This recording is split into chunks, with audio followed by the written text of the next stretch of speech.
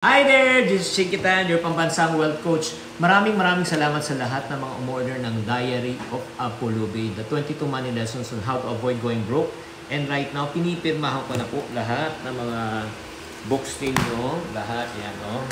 And then, ang kagandahan po dito, ito lang, just to give you a perspective, ano nilalaman ng libro na ito? Magbukas na tayo ng chapter dito. Nandito na po yung Shopping Now, Pulubi Later. Tapos travel na, Pulubi later, kape-kape na, Pulubi later. Again, walang masama po na mag-travel at kumain at magkape kung may budget. Kung walang budget, yan ang problema. So, ito po yung 22 money mistakes. And then, pinipirmahan ko lahat ng mga books. And the good news is this, alam nyo ba, pag umorder kayo ng Diary of Pulubi, bibigyan pa kita ng isang bonus. I will give you one more book for free.